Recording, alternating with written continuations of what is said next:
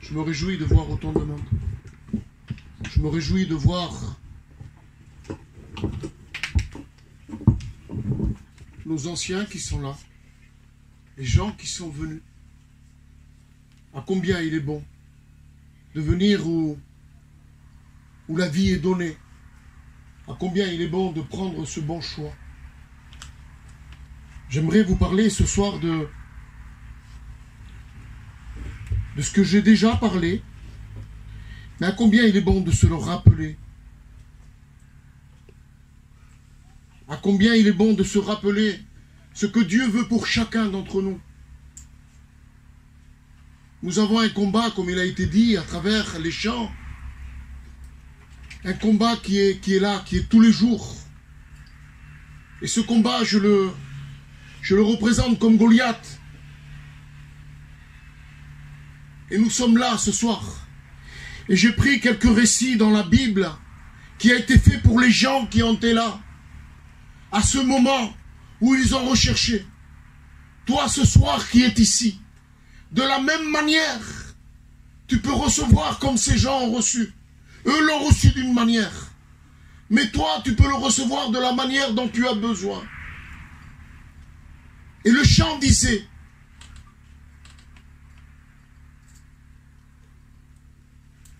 qu'on a un endroit où finir le reste de notre vie. Et nous devons prendre le bon choix. Le bon choix, c'est de partir auprès de Dieu. Le bon choix, c'est de vivre ce que Dieu met sur notre cœur. Vous voyez par où on passe? On passe par des soucis, par des problèmes. Mais à combien il est bon de savoir où nous allons finir. Je vais me laisser conduire de ce que Dieu va me donner. J'ai un message que Dieu a mis sur mon cœur, mais je me laisserai conduire. Alors j'aimerais que pendant le temps que je vais prendre, le temps que Dieu me laisse, c'est vous que soyez à l'écoute. Parce qu'une réunion est trop importante. Nous sommes limités les hommes. Mais un simple cœur vrai, et le Seigneur se fait connaître. Quelle grâce de Dieu. Il ne peut pas le faire si vous ne le voulez pas. Un simple geste qui vient de vous, une opportunité que vous lui dites, je veux. Et il se passera quelque chose dans votre vie qui est terrible.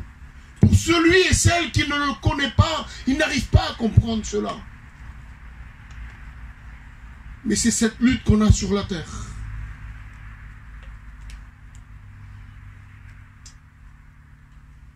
J'avais pris combattre le géant Goliath. Le géant Goliath qui représente l'ennemi de nos âmes. Mais avant de commencer à vous lire, j'aimerais présenter ces moments devant Dieu. Parce que je ne suis incapable de faire quoi que ce soit.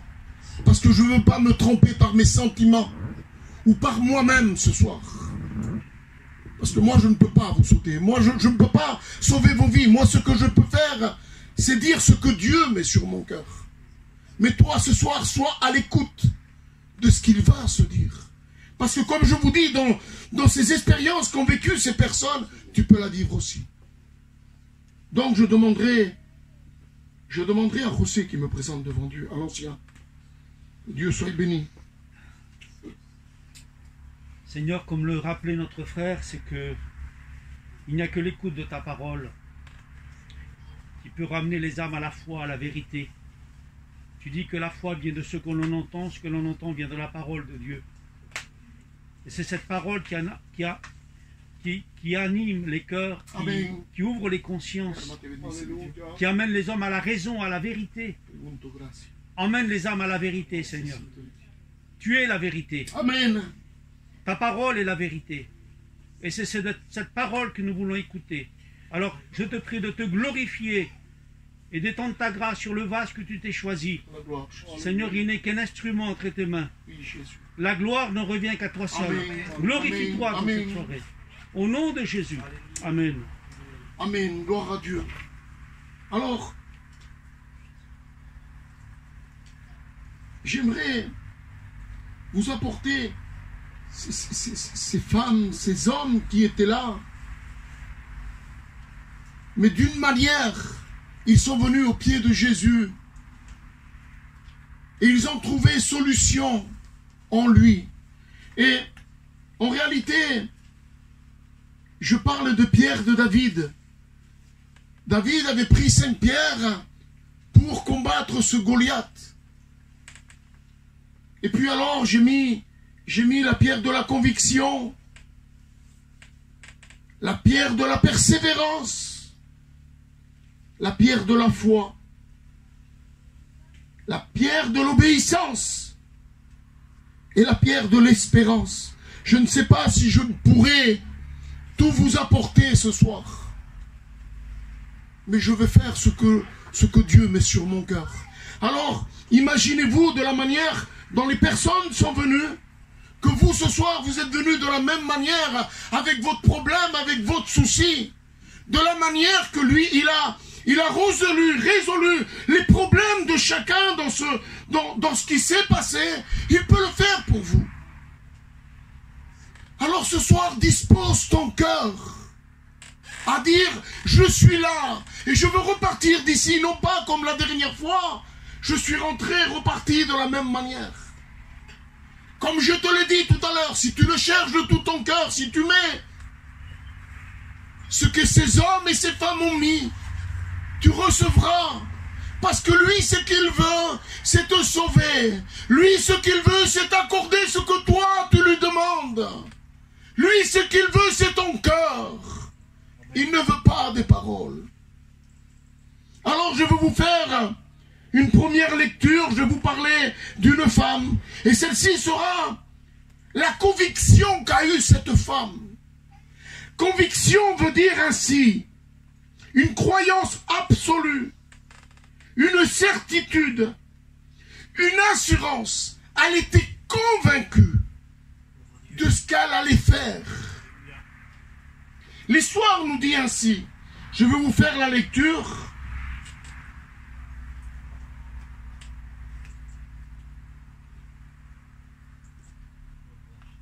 Or, il y avait une femme atteinte d'une perte de sang depuis 12 ans. Elle avait beaucoup souffert entre les mains de plusieurs médecins. Et elle avait dépensé tout ce qu'elle possédait. Et elle n'avait éprouvé aucun soulagement, mais elle était allée de plus tôt en empirant. Ayant entendu parler de Jésus, elle vint et toucha le vêtement. Elle vint par derrière la foule et toucha le vêtement, car elle disait, si je puis toucher ces vêtements, je serai guéri.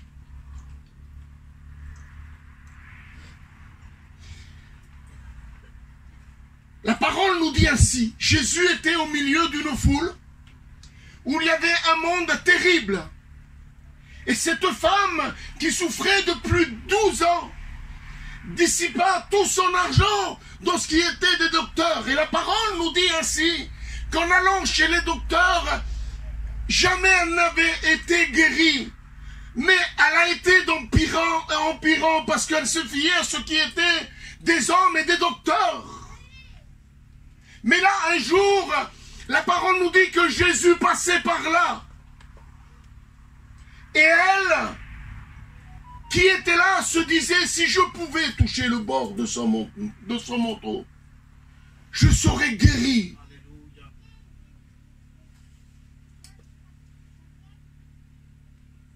Imaginez-vous de quelle manière cette femme est venue. À combien ce soir je voudrais que vous veniez de telle manière.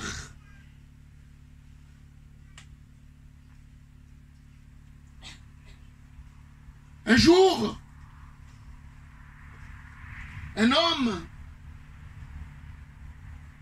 va venir et le Seigneur va lui dire à Ésaïe, excusez-moi, je parle d'un côté et d'autre, je vous parle comme de ce que je ressens. Un homme qui était un serviteur de Dieu, à Ésaïe. Dieu va parler à Ésaïe, il va lui dire, va voir Ézéchias. Et dis-lui qu'il va mourir. Dis qu'il dise à sa famille qu'il va mourir. Et là, la parole nous dit ainsi,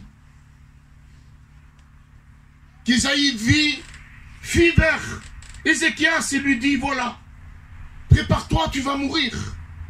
Et là, la parole nous dit que cet homme va se retourner et va se mettre contre un mur et il va se mettre à pleurer. Et il va dire, Seigneur, j'ai fait tellement de choses, Seigneur Père, pour toi. Pourquoi cela? Et le Seigneur, voyant son cœur, va rappeler Isaïe, va lui dire, va et dis-lui que je lui prolonge sa vie de 15 ans. Ce que je prends là, c'est juste pour vous dire, c'est de quelle manière il est venu le demander à Dieu pour que Dieu lui accorde sa prière. Comme à cette femme, de quelle manière, au milieu de cette foule qui avait, il voulait aller toucher le bord de son vêtement. Imaginez-vous, Dieu lui accorda, et lui accorda de la manière dont son cœur était venu devant lui se présenter. Si ce soir tu viens de telle manière, de la même manière comme il a fait à cet homme, où il lui a accordé 15 ans de plus à sa vie, il t'accordera aujourd'hui de connaître le Seigneur. Si tu ne viens pas de cette manière, Dieu ne peut rien pour toi. Cette femme nous dit qu'elle traversa, elle se metta au milieu de cette foule, quitte à se faire lapider. Elle va se mettre au milieu de cette foule pour aller toucher le bord du vêtement de Jésus. Et disant en elle-même, si je touche le bord de ce vêtement, je serai guéri. Elle était convaincue. La parole nous dit ainsi qu'elle va s'approcher et elle va toucher le bord du vêtement de Jésus. Et là, Jésus va s'arrêter, il va dire, qui est-ce qui m'a touché? Les disciples qui sont là, ils vont dire, Jésus, comment est-ce possible que tu nous demandes qui est-ce qui t'a touché? Tu es oppressé par les gens qui sont autour de toi. Il dit, une force est sortie de moi. Une force est sortie de moi. Le Seigneur dit ainsi, j'ai souligné cela. Et il regardait autour de lui pour voir celle. C'est-à-dire que il savait qu'il avait touché. Ce soir, il connaît vos cœurs. Il connaît celui qui va venir crier vers lui. Celui qui va se tourner vers lui. Celui qui va venir d'un cœur vrai. Et il t'accordera. Elle, c'était parce qu'elle était malade. Il lui accorda guérison. Parce qu'elle était convaincue. Parce qu'elle avait la certitude. Elle avait l'assurance. Si ce soir tu peux venir de telle manière. Je ne sais pas comment te le dire. Je suis venu maintes et maintes fois à des réunions semblables à celle-ci. Et je suis reparti de la même manière.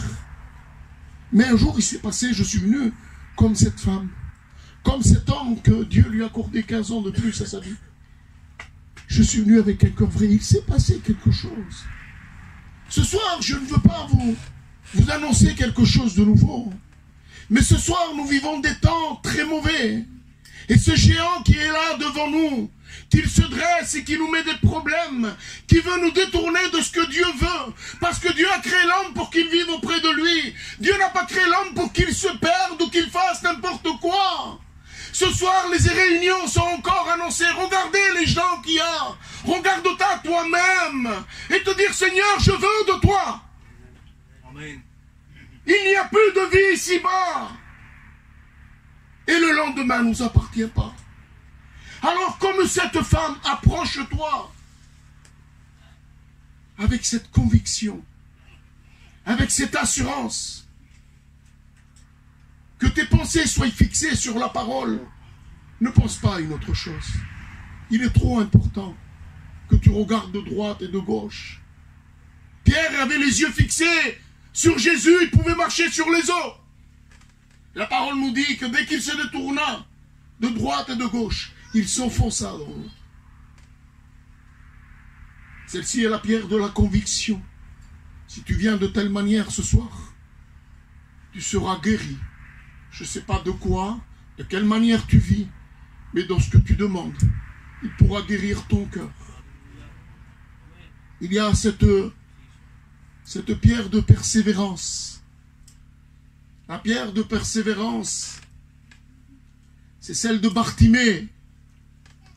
Bartimée était là sur un bord de chemin. Et encore la parole nous dit que cet homme, celui qu'on vous parle, celui qui s'est donné sur la croix pour moi, pour toi, celui qu'on prêche, passait encore par là. Et il nous dit que Bartimée était là, sur le bord de ce chemin. Et cette pierre, je l'appelais la pierre de la persévérance. Pourquoi la pierre de la persévérance? Je vais essayer de passer vite. La pierre de persévérance, parce que si tu veux venir à Dieu, tu dois persévérer. La parole nous dit ainsi que c'est le violent qui héritera le royaume des cieux. Si tu réalises ce soir que la vérité, elle est ici, tu dois persévérer. L'aveugle Bartimée était là sur le bord du chemin et la parole nous dit que à la sortie de Jéricho, Jésus passait avec ses disciples et encore une foule, un monde énorme.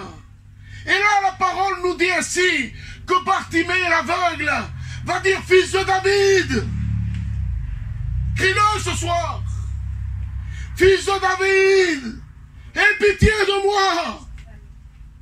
Demande-lui ce soir, je te prie au nom de Jésus, fils de David. Et les gens qui vont être avec Jésus vont lui dire: tais-toi, tais-toi. Mais lui, il ne veut rien savoir. Lui, il continue à dire: fils de David, parce qu'il savait que sa vue était entre les mains de Jésus. Il savait que si Jésus s'arrêtait, il pouvait le guérir. Ce soir, approche-toi comme cette femme et cet homme. Il est celui qui peut te guérir. Moi, je ne peux pas te guérir. Mais si tu cries à lui d'un cœur vrai, il est celui qui peut te guérir. Il est celui qui peut sauver ta vie. La parole nous dit ainsi que il va passer, il va continuer à persévérer, à crier. Et j'ai marqué ainsi, la persévérance, vous savez ce que c'est? C'est l'acharnement, la ténacité, la continuité, l'obstination, la volonté. Il était obstiné à savoir que si il s'arrêtait, Jésus s'arrêtait, il était guéri. A quanto se lo pregunto stanotte? À combien je vous demande ce soir de venir de telle manière? Il est trop important. Il est trop important. La vie est trop importante. La vie ne finit pas ici-bas. Ne croyez pas que la vie, comme nous avons vu l'autre jour, excusez-moi, ce que je vais dire, c'est nous mettre dans un endroit, on ferme la porte et c'est fini. Non, c'est faux cela. La vie va bien plus loin que ça. Ça, c'est pour le corps charnel. Mais l'âme, il y a un endroit où il faut qu'elle passe l'éternité. Ce soir, je t'offre l'évangile de Dieu, l'évangile de Jésus. Bartimée va dire: fils de David. Et là, ils vont lui crier dessus. Et Jésus va l'écouter. Il va dire: amène-moi-le. La parole nous dit que cet homme enleva son manteau et d'un bond fit vers Jésus et demanda à Jésus: que veux-tu que je fasse? Que je recouvre la vue. À l'instant même, il retrouva la vue. Parce qu'il mit foi, parce qu'il avait persévéré, parce qu'il avait continué à crier, à le rechercher, parce qu'il n'avait pas abaissé les bras, parce qu'on lui avait dit de se taire, ou toi peut-être, parce qu'il t'arrive de te faire mal aux pieds, te dire je ne vais plus à la réunion, ou parce que tu es sorti de la réunion, tu as crevé la voiture, tu dis tu vois, d'être venu à la réunion, regarde ce qui m'arrive, ou parce que demain il t'arrive que tu vas travailler, tu travailles pas et tu dis non, j'y vais plus. Non, mon frère, ma soeur, mon ami qui est ici, nous devons persévérer. Parce que ce n'est pas un conte, l'évangile. Jésus vive. Et il est là, il dit 2 ou 3 en mon nom, je suis au milieu. Alors venez, approchez-vous ce soir. Criez à Dieu. Vous allez voir s'il n'est pas celui qui va vous accorder ce que lui vous lui demandez. Nous devons persévérer, nous ne devons pas nous arrêter à ce que l'ennemi va pouvoir nous faire. Ce géant, ce Goliath, il est là à chaque moment dans nos vies. Lui, ce qu'il veut, c'est vous persuader que cela est pour passer un moment. C'est pas vrai, parce qu'il sait que cela est vital. Vous savez, le diable ne peut pas s'en prendre à Dieu. Il ne peut pas s'en prendre à Dieu. Mais vous savez à qui il peut s'en prendre? À nous. À nous, il peut s'en prendre. Il peut s'en prendre à chaque humain.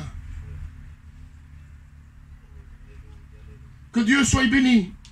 Ça, c'est la pierre de la persévérance.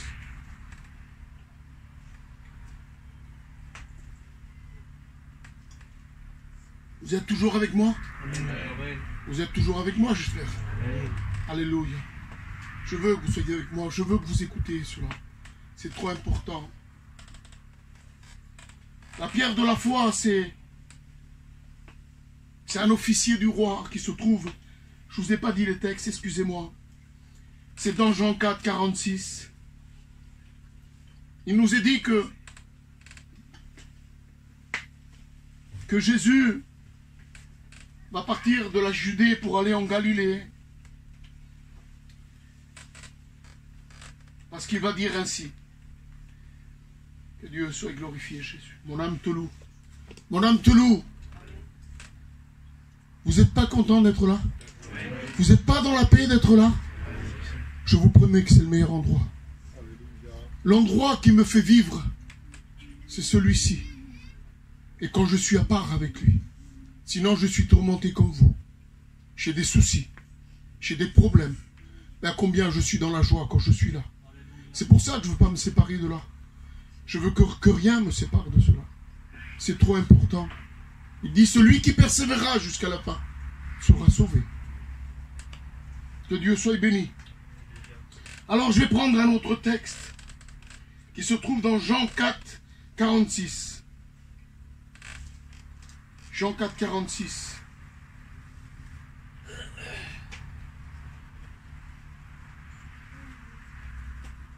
Il dit ainsi. Après ces 2 jours, Jésus partit de là pour aller se rendre en Galilée, car il avait déclaré lui-même qu'un prophète n'est pas honoré dans sa patrie. Il retourna donc à Canaan, en Galilée. Et là, il nous est dit qu'il y avait un officier du roi de Capernaum qui était là. Et il va venir vers Jésus. Et il va lui dire ainsi. J'ai mon fils qui est malade. Viens le guérir. Je vais vous faire la lecture. Comme ça, vous comprenez mieux. Alors.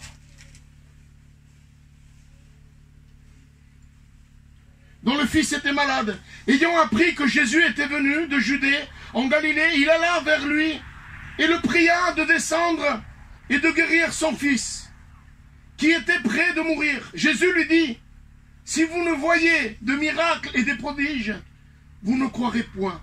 L'officier du roi lui dit, Seigneur, descends. Descends avant que mon enfant meure. Et ça, c'est la pierre de la persévérance.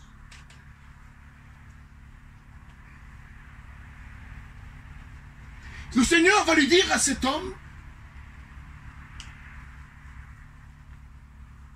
si vous voyez des miracles et des prodiges, vous ne croirez pas.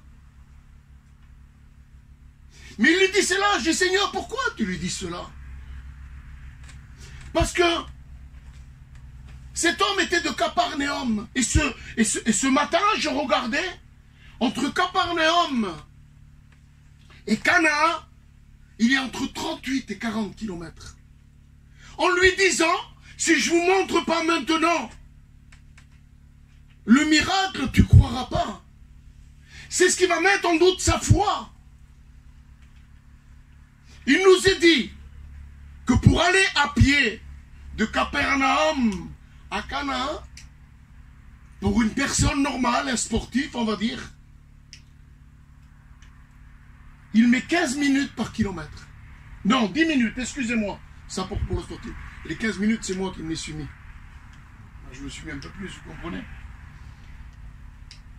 Et il dit que pour nous, il y a 15 minutes par kilomètre. C'est-à-dire que si je calcule ce que Jésus est en train de lui dire, c'est que pour aller de Cana à Capernaum, il y a 2 jours et 7 ou 8 heures. C'est pour ça qu'il va lui dire, mais si vous ne voyez pas de prodiges et de miracles, ne m'éclairez. Et là, nous allons voir un homme de foi. Il va dire ainsi.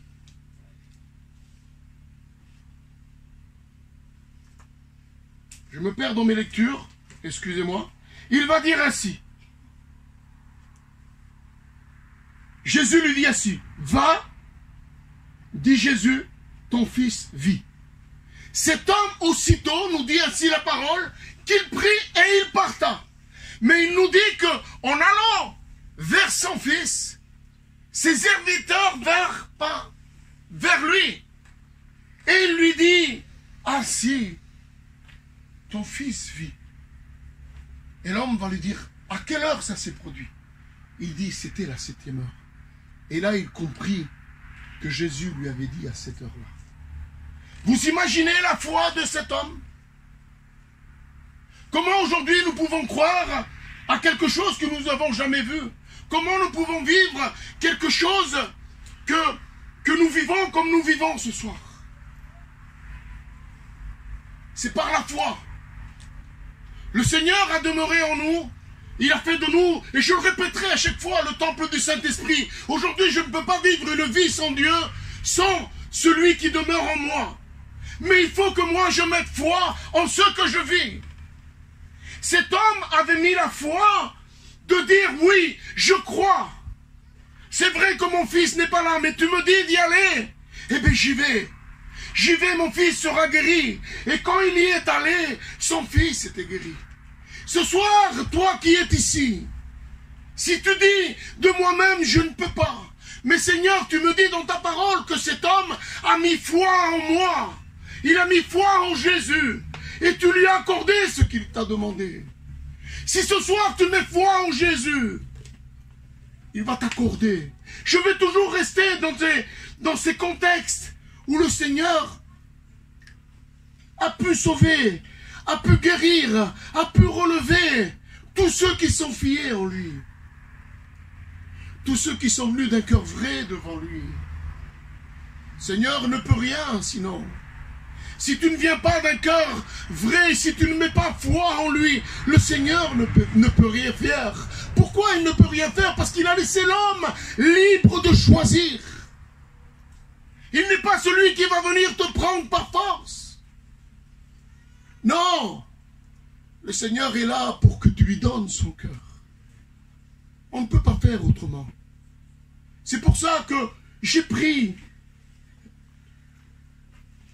tous ces récits, tout ce que Jésus a fait, parce que tout cela était vrai, mais il a pu le faire à eux. Il l'a fait à moi, il l'a fait à nous autres. Pourquoi il ne pourrait pas le faire pour toi? C'est de la manière dans laquelle que tu vas venir. C'est de cette manière qu'il pourra le faire. Si tu ne viens pas de la manière où Jésus peut le faire, il ne peut rien pour toi. Pourquoi? Parce qu'il t'a laissé libre. Je crois qu'il a laissé libre l'homme, parce que l'homme n'a pas demandé à être créé. Dieu créa l'homme. Et l'homme est libre, après, de décider. Ce que Dieu a fait, c'est qu'il a mis dans l'homme une âme et un esprit.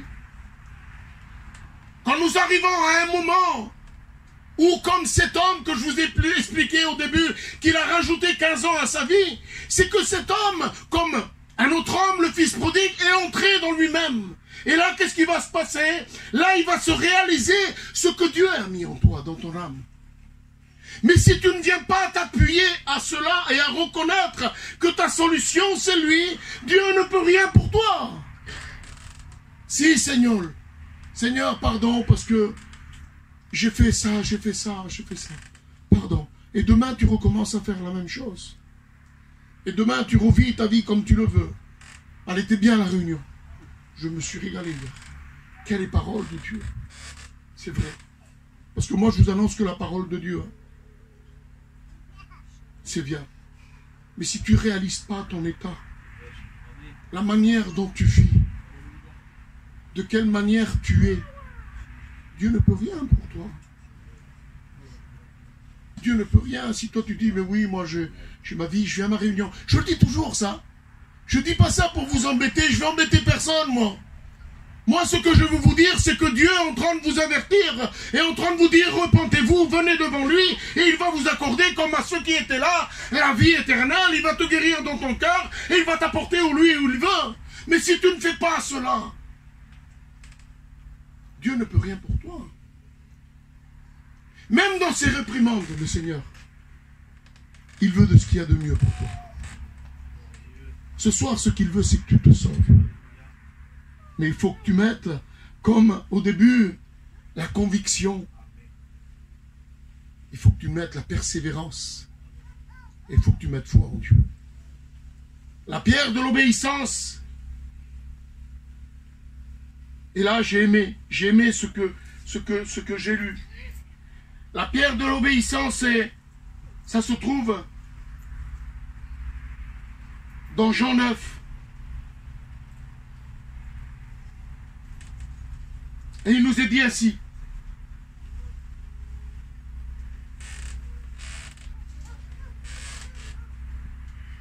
Dans la gloire de Jésus. Et elle m'a fait la grâce.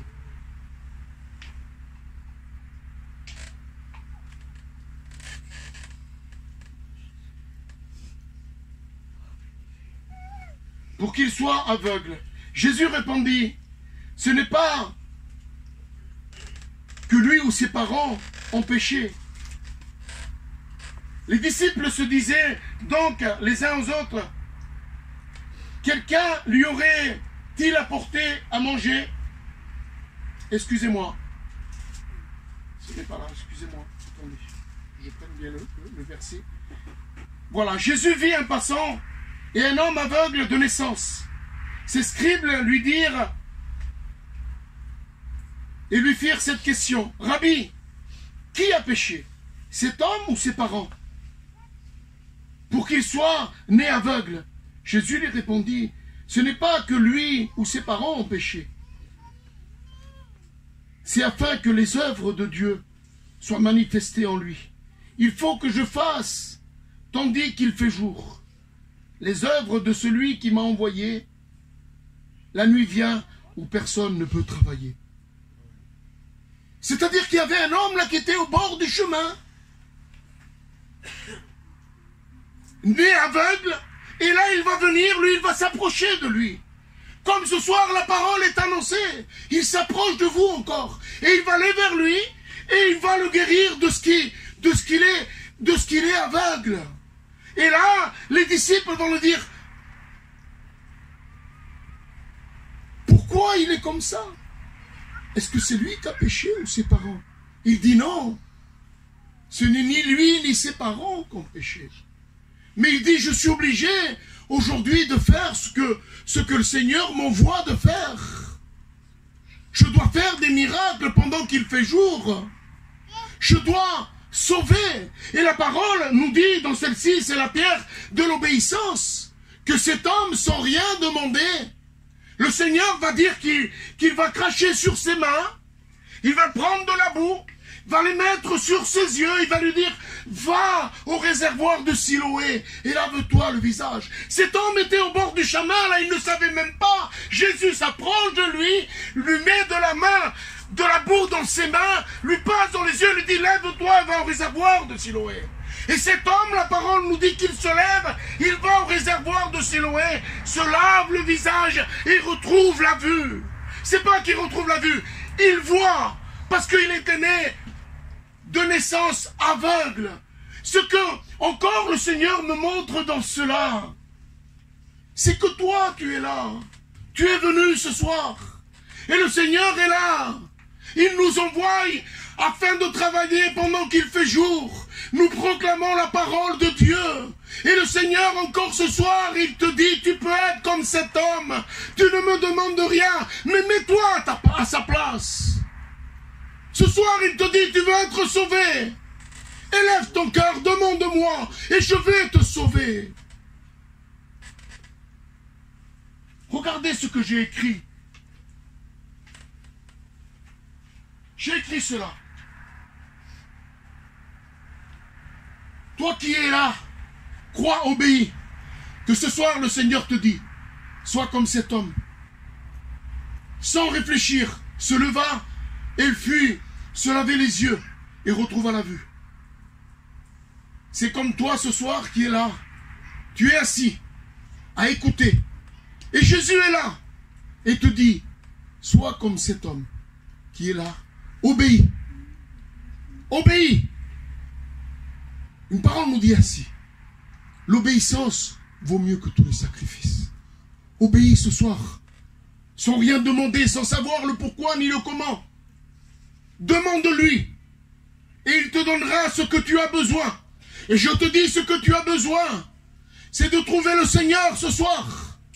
C'est ce qui doit primer dans nos vies. Les temps viennent à la fin. Et nous dépendons plus de nous-mêmes. On va rester sur ce qui se passe aujourd'hui, on le répète pratiquement à toutes les réunions. On ne peut plus vivre. Ils sont en train de nous obliger à nous vacciner.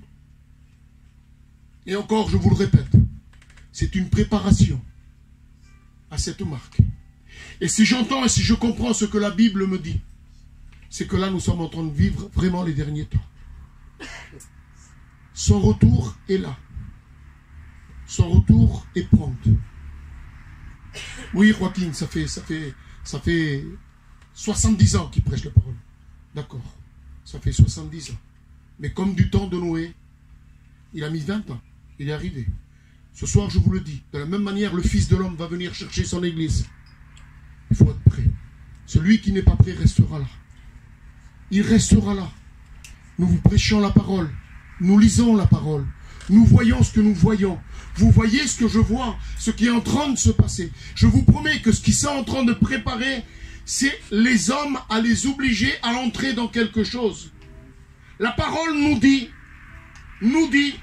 qu'ils ne pourront ni acheter ni vendre sans la marque.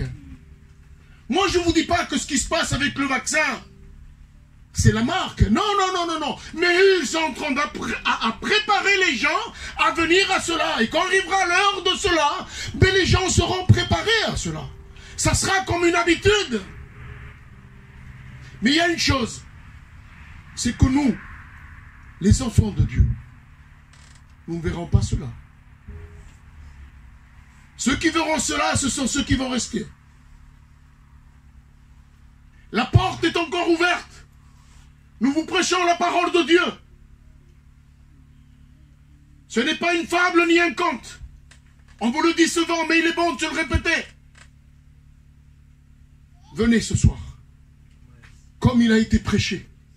Venez avec une conviction, avec une persévérance, avec la foi, avec l'obéissance de Dieu.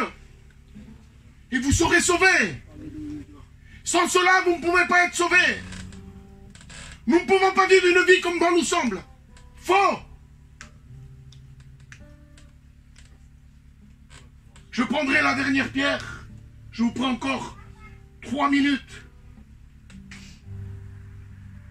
C'est la pierre de l'espérance.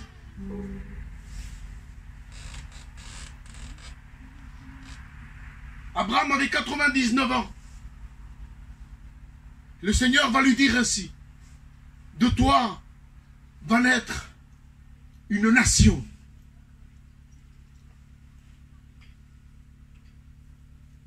Il a mis l'espérance là. L'espérance est une vertu pour tous les croyants qui attendent de Dieu avec confiance sa grâce en ce monde, une vie éternelle après la mort. Mon espérance à moi, c'est de partir auprès du Seigneur. Mon espérance à moi, c'est de partir auprès du Seigneur. Vous ne dites pas Amen, les chrétiens? Amen. Alléluia. Notre espérance, c'est de partir auprès de Dieu. Ah, sinon, à quoi bon être ici? Il dit, je m'en vais vous préparer une place auprès du Père. Alléluia. Mais il dit, je reviendrai. Je laisserai mon Père. Et je reviendrai chercher mes disciples. Alléluia. Ce soir, soyez des disciples. Ce soir, dites Amen à la parole de Dieu. Ne venez pas pour dire, je suis venu. Et demain, recommencer une vie. Prends conscience dans ta vie. Voilà, sur ces quelques mots, je finirai. Je vous répéterai encore. La conviction, c'est la croyance absolue, la certitude, l'assurance. Être convaincu que de s'approcher, toucher le bord du vêtement de Jésus, c'est être guéri. La persévérance, c'est celle de Bartimée, que tout le monde lui disait, non, non, persévère, même si tu as des problèmes demain, même qu'il t'arrive demain de crever avec ta voiture, je me répète, ou de te casser le doigt. Ne mets pas la cause sur Dieu, persévère. Continue. Dieu va être là pour te soutenir et te relever.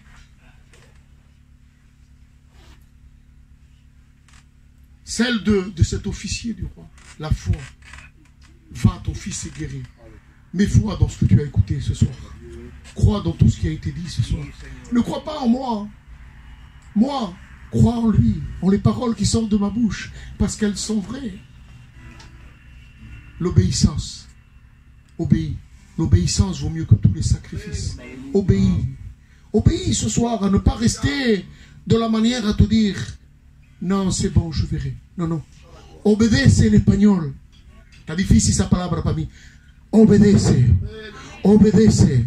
Obedece. Obéis à ce que le Seigneur veut. Parce que le Seigneur, comme je te dis, même dans ses réprimandes, lui, ce qu'il veut, c'est te sauver. Il a donné son Fils pour toi, pour moi, afin que toi, tu sois sauvé. Il l'a crucifié sur le bois de la croix pour que toi, tu sois sauvé. Ah, sinon, moi, j'étais perdu. S'il ne serait pas déplacé dans son ciel de gloire, j'étais perdu. Alors ce soir, prends le choix. Repasse ce qui s'est passé. Et que l'Esprit de Dieu te convainc. Celui qui va te dire c'est la vérité. Celui qui va te convaincre c'est l'Esprit Saint. Attache-toi à cela, mon frère, ma soeur, mon ami, toi qui es là. Dieu t'aime. Dieu vous aime. Dieu vous aime d'un amour terrible. Nous allons finir. Nous allons incliner nos têtes.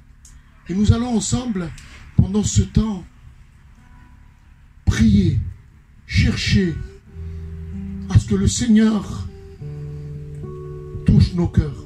Nous ne voulons pas de sentiments. Je ne suis pas là pour vous faire des sentiments, moi. Mais je veux vivre Dieu.